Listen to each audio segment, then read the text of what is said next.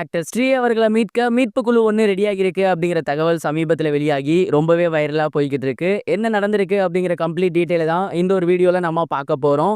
தமிழ் சினிமாவில் மிக முக்கியமான நடிகர்கள் ஒருத்தர் தான் ஸ்ரீ. இவர் மிக குறைவான படங்கள் பண்ணியிருந்தாலுமே அந்த படங்கள் எல்லாம் ரசிகர்கள் மத்தியில் மிகப்பெரிய வரவேற்பு பெற்ற படங்கள்.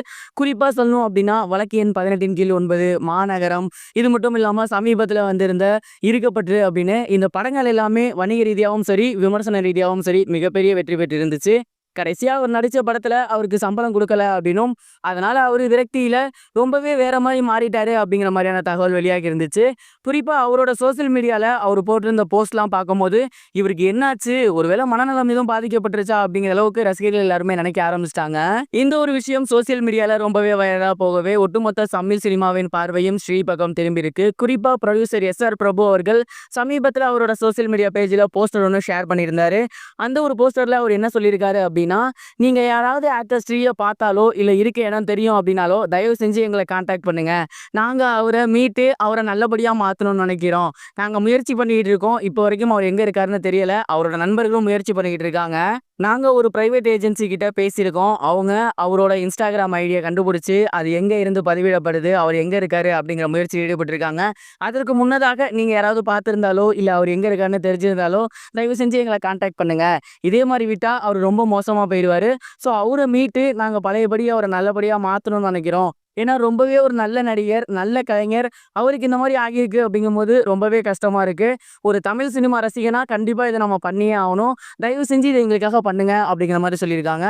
இதன் மூலயமா ஒட்டுமொத்த தமிழ் சினிமாவின் பார்வையும் இப்ப ஸ்ரீ பக்கம் திரும்பி இருக்கு. ஒட்டுமொத்தமா தமிழ் சினிமா அவரை மறுபடியும் நல்லபடியா மாத்தணும் அப்படின்னு நினைக்கிறாங்க. இந்த ஒரு விஷயம் தான் ஸ்ரீ அவர்களோட ரசிகர்களோட வேண்டுகோளாகவும் மாறி இருக்கு. அண்ட் இது கூடிய சீக்கிரமே நடந்துச்சுன்னா ரொம்பவே சூப்பரா இருக்கும்.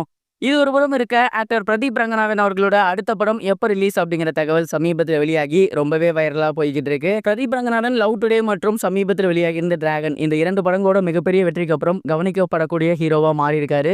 அண்ட் அடுத்து அவரோட படம் வந்து என்ன அப்படின்னு பார்த்தீங்கன்னா லவ் இன்சூரன்ஸ் கம்பெனி. இந்த ஒரு படத்தை விக்னேஷ் சிவன் அவர்கள் தான் டைரக்ட் பண்றாரு. இந்த படம் ரொம்பவே வித்தியாசமான கதை மேம்போட வரப்போகுது. SJ சூர்யா உள்ள இருக்காரு, அனிருத் இசையமைக்கிறாரு. இந்த படம் வர செப்டம்பர்ல ரிலீஸ் ஆக போகுது அப்படிங்கிற மாதிரியான ஒரு தகவல் வெளியாகி இருக்கு. முன்னதாகவே ரிலீஸ் ஆகியிருக்க வேண்டியது, பட் ஒரு சில படப்பிடிப்பு தாமதமானதுனால இப்ப செப்டம்பர் ரிலீஸ் ஆக போகுது. முன்னதாக வெளியிடப்பட்ட பாடல்கள்ல ரசிகர்கள் மத்தியில மிகப்பெரிய ஒரு வரவேற்பு பெற்றிருக்கு. ஸோ இந்த படத்தின் மீது மிகப்பெரிய ஒரு எதிர்பார்ப்பு இருக்கு.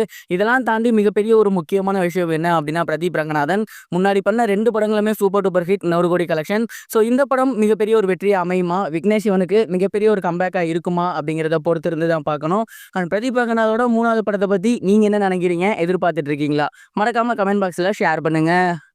இதுவரைக்கும் கனெக்டிங் டிவிக்கு சப்ஸ்கிரைப் பண்ணனா மறக்காமல் சப்ஸ்கிரைப் பண்ணிக்கங்க. உடனடி அப்டேட்ஸ் பெறுவதற்கு நோட்டிஃபிகேஷன் பெல்லையும் கிளிக் பண்ணிக்கங்க.